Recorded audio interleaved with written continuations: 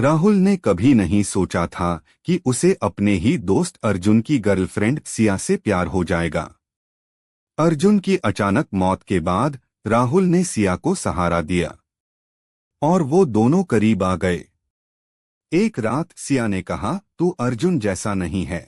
राहुल मुस्कराया, मैं उससे बेहतर हूँ। सिया की आंखें काली हो गईं। उसने धीरे से कहा, मुझे अर्जुन ने भेजा है। अगली सुबह राहुल की लाश पंखे से लटकी मिली। दीवार पर खून से लिखा था, सिर्फ अर्जुन का प्यार।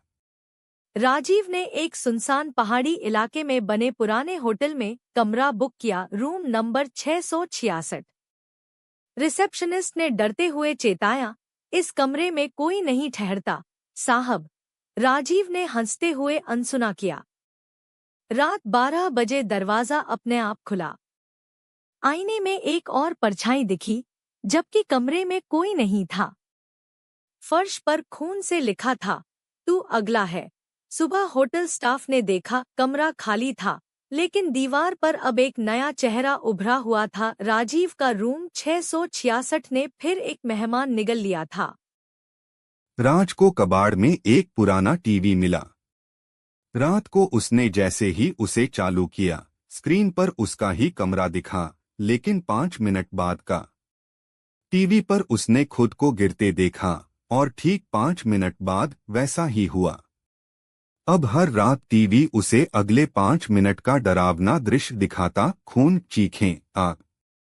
एक रात टीवी बंद हो गया। राज ने राहत की सांस ली, लेकिन तभी स्क्रीन पर खून से लिखा उभरा, भविष्य अब बदला नहीं जा सकता। और अगले पल दरवाजा खुद ब खुद खुल गया। गांव के बाहर एक पुराना पीपल का पेड़ था। कहते हैं, हर अमावस की रात वहां चुड़ैल आती है। रात के 12 बजे अर्जुन उस पेड़ के पास से गुजरा। हवा एकदम ठंडी हो गई और दूर से पायल की आवाज आने लगी। उसने पीछे मुड़कर देखा, एक औरत उल्टे पैर धीरे धीरे उसकी ओर आ रही थी। सफेद साड़ी, बिखरे बाल और आंखें खून जैसी लाल। अर्जुन भागा, लेकिन उसके कानों में आवाज गूंजती रही, अब तुम भी मेरी तरह अमावस को लौटोगे।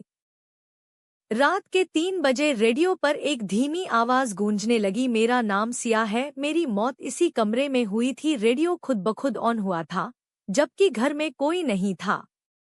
आवाज रोती थी, कांपती थी और धीरे धीरे बताती चली गई कैसे उसे जहर दिया गया, कैसे दरवाजा बंद हुआ और कैसे उसकी सांसें थम गईं। कमरे की दीवार पर खून से लिखा था, मैं अब भी यही हूँ। जिसने भी वो कहानी सुनी, अगली सुबह जिंदा नहीं बचा। गांव के बाहर एक पुराना कुआं था, जहां शाम के बाद कोई नहीं जाता था। लोग कहते थे वहां एक लड़की का भूत है, सफेद कपड़े, खुले बाल और पायल की आवाज। एक दिन अर्जुन नाम का लड़का हिम्मत करके रात को वहां गया। उसे सच में पायल की छन छन सुनाई दी। डरते हुए उसने पीछे देखा। एक लड़की खड़ी थी, पर वो रो रही थी। अर्जुन ने पूछा, तुम कौन हो? लड़की बोली, मैं खो गई हूं, कोई मुझे घर नहीं ले जाता। और फिर धीरे धीरे हवा में गायब हो गई। आज भी वो किसी अपने की तलाश में है।